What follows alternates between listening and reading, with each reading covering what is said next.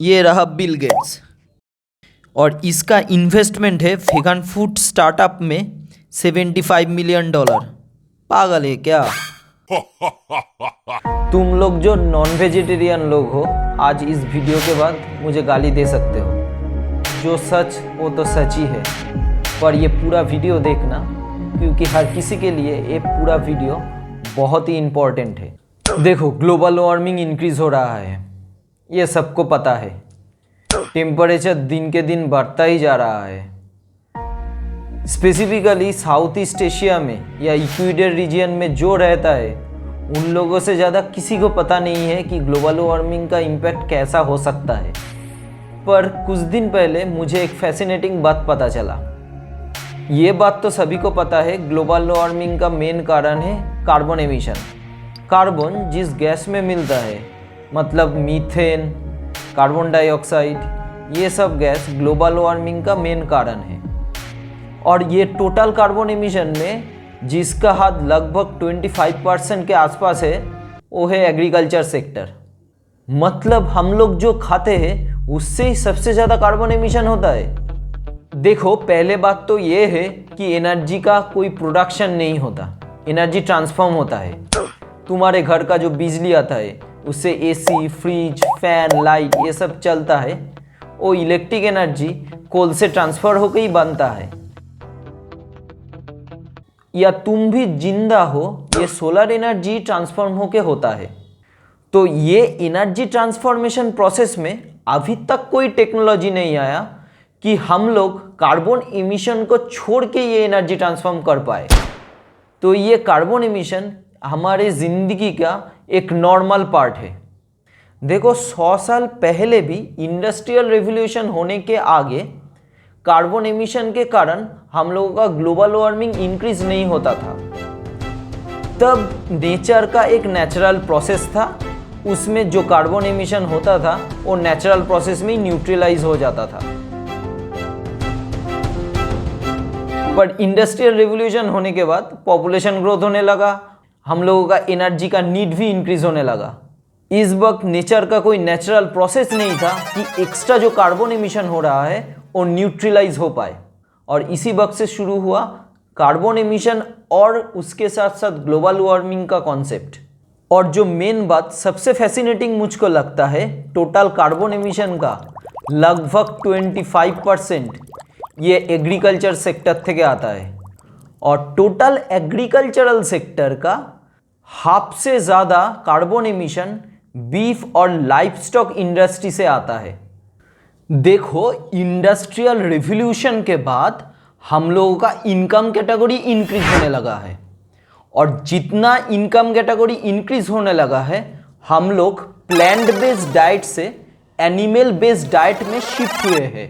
Animal based diet दुनिया में increase होने के बाद बीफ प्रोडक्शन बहुत इंक्रीज हो गया है, उसके साथ साथ बाकी रेड मीट प्रोडक्शन भी बढ़ गया है। और ये बीफ प्रोडक्शन में बहुत ज़्यादा कार्बन एमिशन होता है। बीफ कुछ भी खाना खा लेता है, बीफ के पेट के अंदर माइक्रो ऑर्गेनिज्म भरा हुआ है। बीफ कुछ भी खाता है वो पेट पे जाकर पच जाता है। पर एक प्रॉब्लम है, ये खाना पचने के बाद पेट के अंदर गैस तैयार होता है। ये जो गैस है वो है मीथेन, जिसका कुछ हिस्सा गाय के पीछे से निकल जाता है और बहुत ज़्यादा पोर्शन निकलता है सामने से।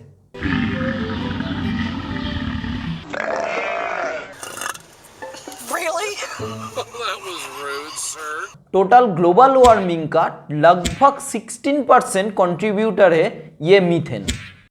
ये सब कुछ छोड़ो, ये एनिमल बेस्ड डाइट है, वो एनर्जी ट्रांसफ़र का बहुत ही एक इनएफिशिएंट वे है। इसके अगेंस्ट मेरे पास प्रूफ भी है।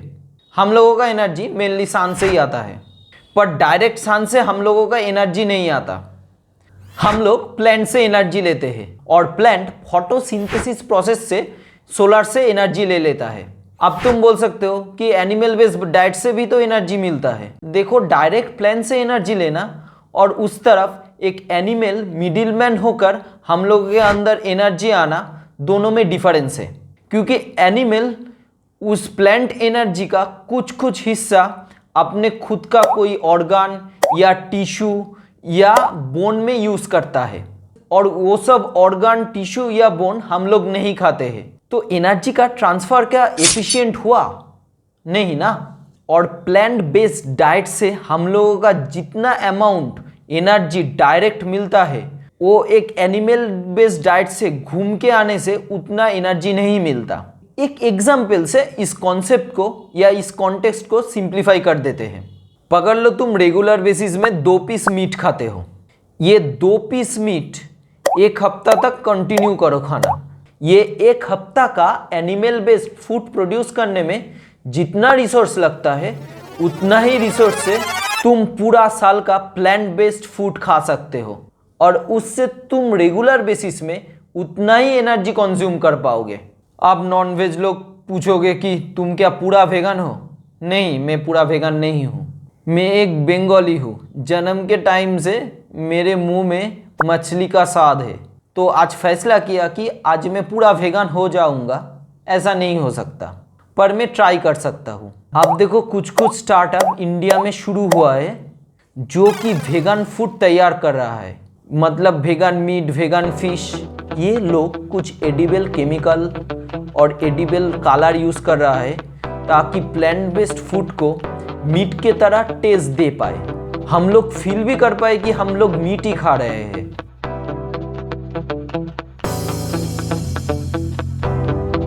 अब देखो, ये वेगन बेस्ड मीट का अभी तक उतना डेवलपमेंट नहीं हुआ कि पूरा हम लोग मीट बेस्ड फूड से पूरा प्लांट बेस्ड फूड में शिफ्ट हो पाए।